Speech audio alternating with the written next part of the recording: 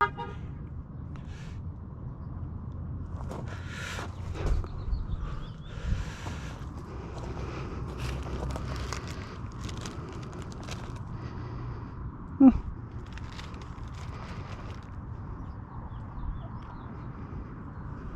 does the Bible say about you guys?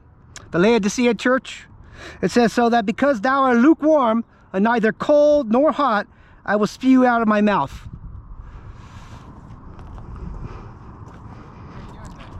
Good, how you doing today? Well,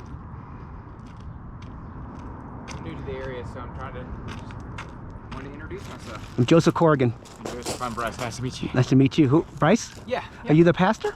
I'm staff here. Yeah. Okay. What do you do here?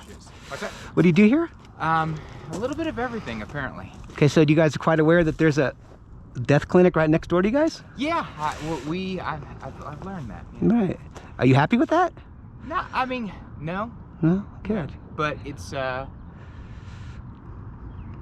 it's not my property, not my thing, and I don't want that. I don't wish for that. Obviously, that's not what I believe is to be right. I believe in the sanctity of life. I believe all the traditional things that Jesus preached, that we should look out for those that are less fortunate, especially that, you know, our strive is to go for justice. But we live in a complicated world where I don't own that property, and I don't control some of the laws, even though I don't agree with them. Oh no, I'm not. We're not trying to say you can control the laws. Why don't you just deal with the like the green bus people? I'm not really a part of anybody in this city. I happen to be born here. That's it. Yeah. So I'm just saying, like, deal with the green buses, the people that can come over here and use their property as well, so we can reach out to the women. Sure. No, and I think that's the pastor doesn't want to. We've had plenty of people asking. I think we want to reach out to, and the pastor does. The pastor, like when I talked with Brady, and we had a conversation on Tuesday. Our goal is that anyone that seeks help, anyone that wants prayer, even to the point that anyone that would like to give their child up for adoption, we will find the financial means to make that possible for that mother. Well, that's good. So we are in support in those areas. We want to be in prayer for those mothers. We want to be in prayer for those children, and we're willing to, you know, put money into a family, an individual who would like to see that life continue through an adoption process. Sounds nice. Well, we're not getting any cooperation. Nobody in this town. I know the 6 people have tried to talk to you guys before I've done this, before I even decided to do this. Yeah.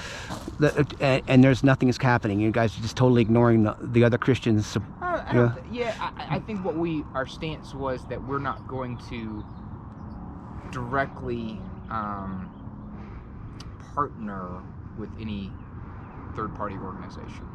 I think that was the stance. We were wanting to be the church, and there's many great other nonprofits and organizations, maybe like yourself, that have a mission and a plan, and we, as long as that aligns with the gospel, we want to support you through prayer. But in terms of a formal arrangement, our stance is we want to preach the gospel. We want to reach out to people in prayer, and if people come into our doors with needs, we want to be able to meet those needs through the blessings that the church, God has provided us at a church. But I think that maybe that's what we're.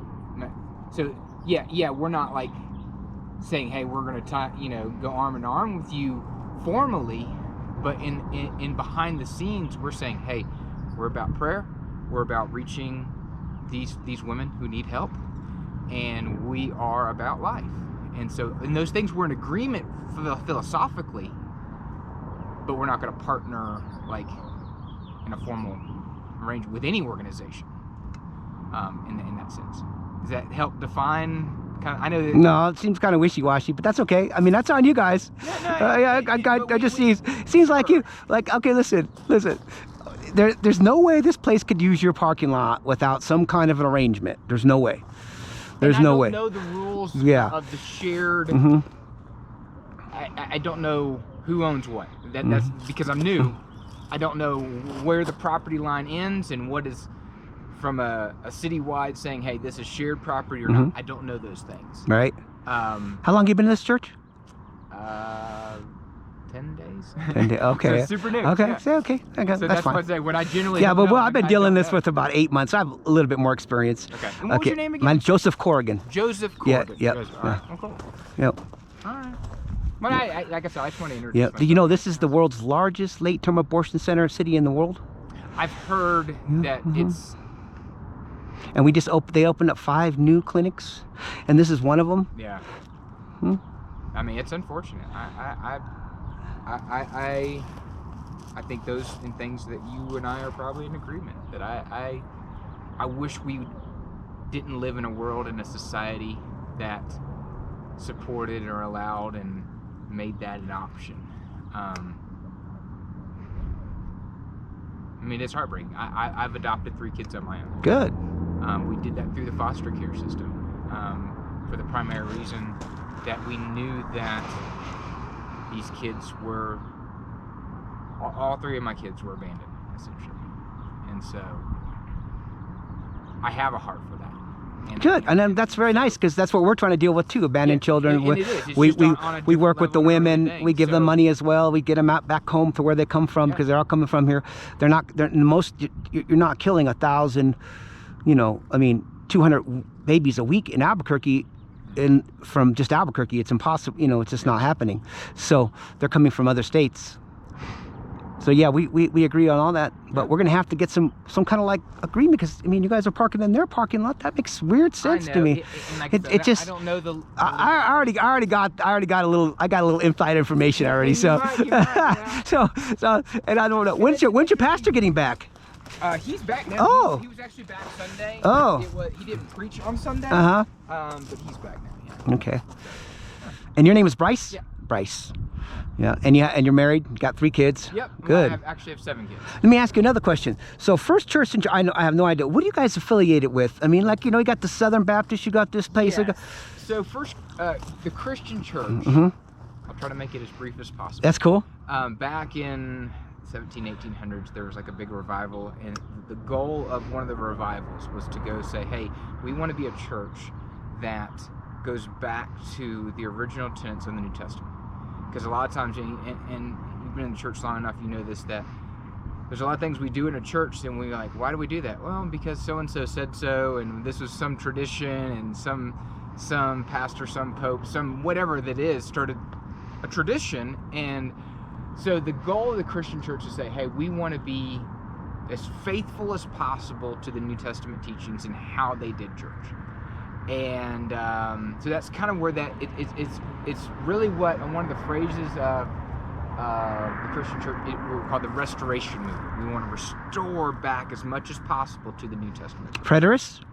No, we don't. There's not a stance on. Well, that's what everybody says. That's what they all say. But there's something you're standing behind.